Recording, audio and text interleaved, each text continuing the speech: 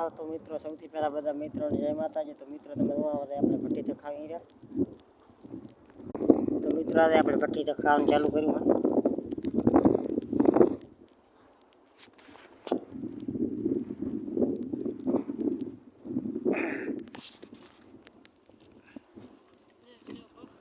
બરે તો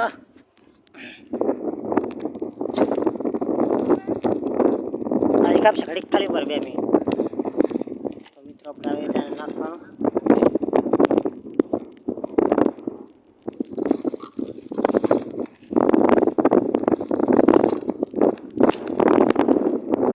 મિત્રો આપણે આ ભઠ્ઠીને અડધો કલાક રહેવા દેશું આમને એમ